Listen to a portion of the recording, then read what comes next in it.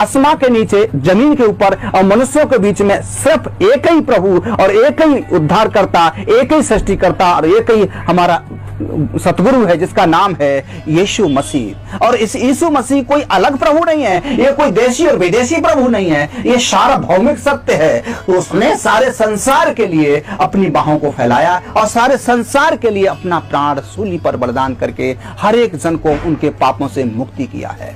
मैं भी इसी हालात में, इसी कैटेगरी में था, एक आम आदमी। गांजा, शराब, जुआ, व्यभिचार, मेरी आंखों में गंदी सोच, सब कुछ था और मैं एक नाश हो रहा था।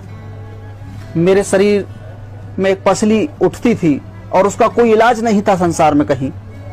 और मैं सुबह 4 बजे उठकर स्नान करके शंख फूंक देता था और सारे नियम और व्रत बड़े कायदे से करता था, लेकिन फिर भी मेरे लिए कहीं पर भी कोई राहत की नाम की चीज नहीं थी। अंततः क्या हुआ कि मैं एक दिन बहुत ही ज्यादा खून का दस्त शुरू हो गया और मैंने सोचा कि ऐसी दुनिया से क्या फायदा जीने से।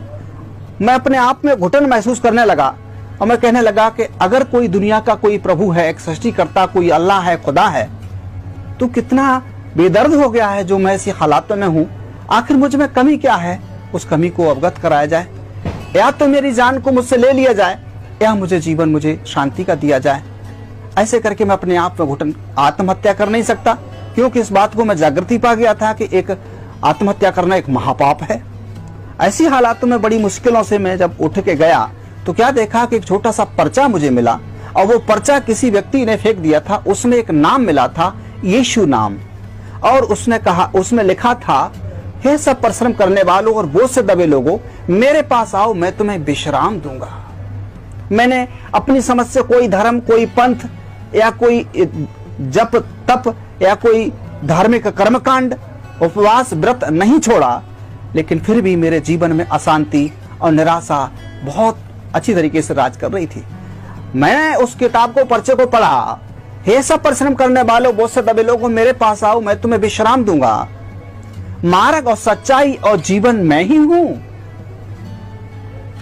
जो मुझ पर विश्वास करता है, जो काम मैंने किए हैं वो काम वो भी करेगा। मैंने बहुत सी इन बातों को पढ़ा, मैंने सोचा कि ये क्या बात है, और उसमें लिखा कि मार्ग और सच्चाई और जीवन मैं ही हूं। मैंने उस बात को पढ़ करके मैंने कहा कि चलो देखते हैं, सबको देखा है, चलो तुझे भी देखते हैं आखिर क्या है। तो उसमें लिखा है कि इसमें लिखी हुई प्रार्थना को आप अपने जीवन में पढ़ें और याद करें और उसको अनुसरण करें और आपको प्रभु आराम देगा, शांति देगा। मैंने उसको वहीं से आराम पढ़ा और वहीं से मेरे लिए शांति का मुझे अनुभव हुआ।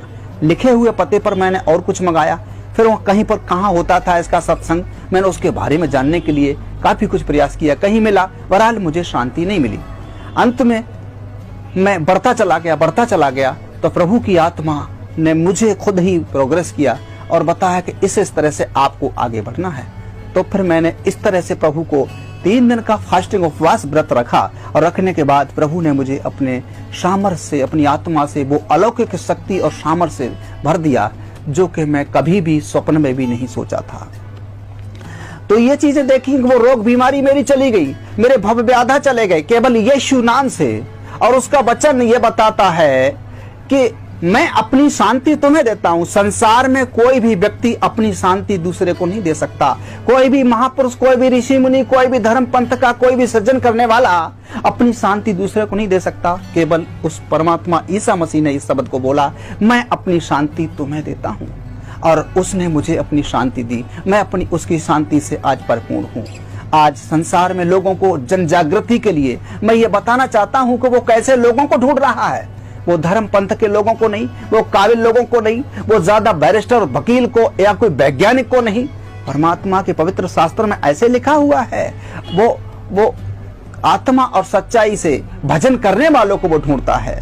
जो आत्मा और सच्चाई से जो भजन करना चाहते हैं उस परम पिता का, उस सृष्टिकर्ता का, ऐसे लोगों को वो परमेश्वर पिता और उसका पुत्र यीशु मसीह वो खोज रहा है। आज जरूरत है आत्मा और सच्चाई से भजन करने वालों की।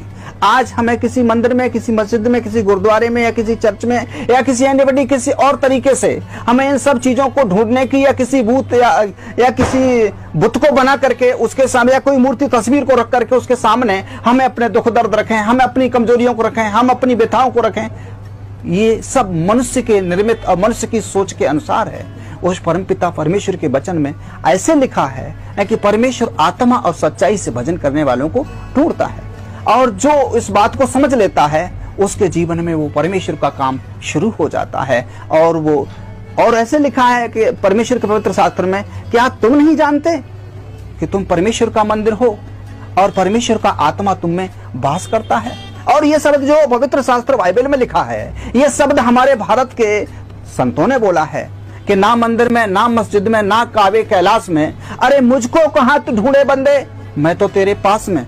वो हमेशा हम में है, मुझ में है, लेकिन कभी भी हम लोग उसको ढूंढने का प्रयास नहीं करते, और करते भी हैं तो एक दूसरे के गुरु या महंत के द्वारा, एक नए नए योगा के माध्यम से, नई नई क्रियाओं के माध्यम से उसको हम अपनी ताकत से, अपनी बुद्धि से खोजने का प्रयास करते हैं। ये बिल्कुल नामुमकिन है, बिल्कुल असंवैधानिक है, ये ईश्वरीय विधान के अनुसार नहीं है। परमात्मा तो जगत के मूर्खों को बुला रहा है, जो न किसी काम के लायक है, दुनिया में लोगों ने उसको अलग कर दिया है, सारे संसार के लिए बुला रहा है। और वो कह रहा है, हे सब परिश्रम करने वाले बहुत से दबे लोगों, मेरे पास आओ, मैं तुम्हें विश्राम दूंगा। आज लोग नाश हो रहे हैं, आज लोग फांसी खा के मर रहे हैं, आज भूत व्याधा से जकड़े हुए लोग हैं, आज कैंसर से मर रहे हैं, हजारों बीमारियों से जकड़े हुए हैं, लेकिन परमेश्वर पिता की बाहें आज संसार के लिए फैली हुई हैं। वो बुला रहा है, वो कह रहा है कि मैं इसलिए आया हूं ताकि लोग नाश ना हो और जीवन पाएं, और बहुतायत से जीवन पाएं। लोगों, मैंने ये जीवन पाया।